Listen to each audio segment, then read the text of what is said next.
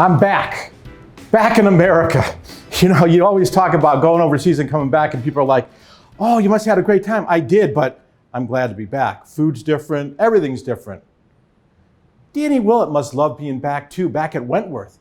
BMW PGA Championship, out of the blue. I mean, I'm not thinking Danny Willett going in, but now all of a sudden, Danny Willett, 2 wins on the European Tour since this.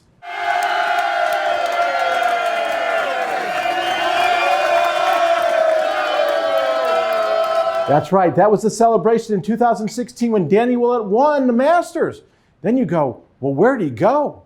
I mean, he fell like a stone to over 400 in the world, and now 31 in the world after that win. Huge, huge win for Danny Willett. And he controlled the back nine like no one has controlled the back nine at Wentworth. He's done a great job, which, by the way, that golf course was unbelievable. Going to Wentworth in September was a heck of a lot better than going to Wentworth in May.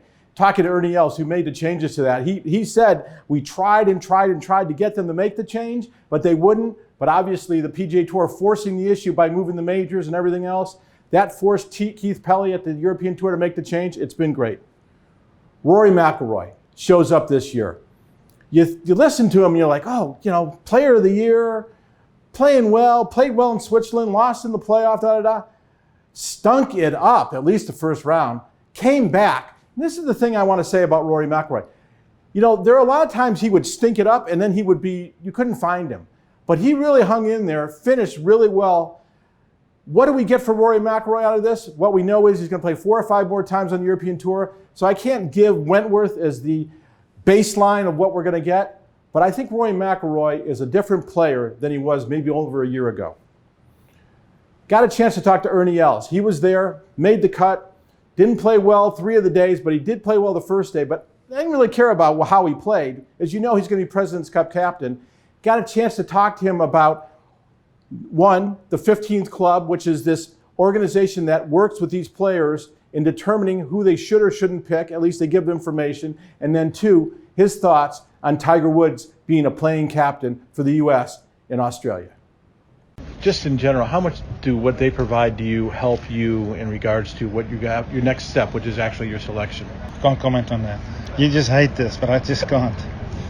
We've been working with them for a long time, and it's a process we're going through, Alex. And like I said to you in Saudi, you know, I got to keep things closer to my chest now. You know, now that the 8's been, right, you know, qualified, you know, there's a process we're going through, selecting the next 4. And obviously I'm using their knowledge.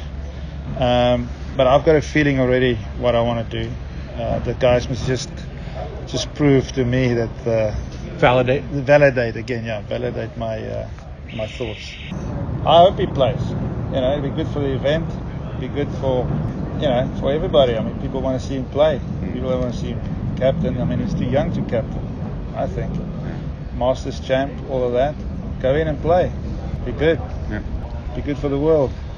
All right, last one out of BMW, Victor Hovland, U.S. Amateur champion. All the Brits want to know about Victor Hovland. What they really want to know is after Padraig Harrington said, hey, good guy, good game, I could see him actually playing on a Ryder Cup.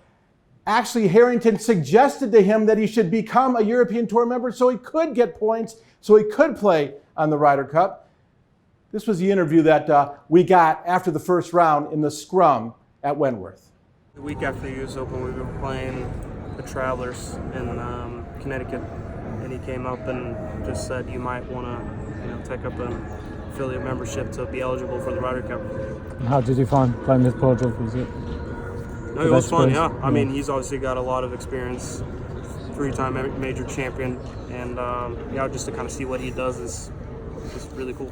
Putting the PGA aside, come back, United States PGA Tour, Sebastian Munoz, second Latin American player in succession to win on the PGA Tour. I mean, these are names, I mean, you knew Neumann, there's no question you knew Neumann, but Munoz wins in a playoff. Just no way to just figure out who's going to win anymore on this tour. Nelly Korda had a great Solheim Cup, right? Then she goes to France, plays in an LET event, wins there. Is there any surprise by that? No. Her and her sister are the only two that actually showed up out of the 12 Americans that went to Glen Eagle. So congratulations to Nelly Korda. But one last thing out of the Solheim Cup, even Rory McIlroy, who watched the Solheim Cup on Saturday, suggested that it was slower than watching paint dry and they need to do something. I don't disagree, but when Rory McIlroy says it, there's certainly a little more credence than when I say it. I don't know why, but it's true. One last thing. I started this early on with a broom in my hand, showing that the Cubs had just swept the Cardinals, which was huge. In turn, the Cardinals swept the Cubs over the last 4 games on the weekend, and the Cubs are done. Now, as a fan, it kills me. I mean, I'm a huge Cubs fan, and it kills me. But I'm also a huge Cubs fan and know that next year is going to be better than this year. There's no question in my mind. And I got an email from somebody that asked me, okay, now that you're not rooting for the Cubs, who are you going to root for? I said anyone else but the Cardinals. I'm Alex Miceli. See you next week.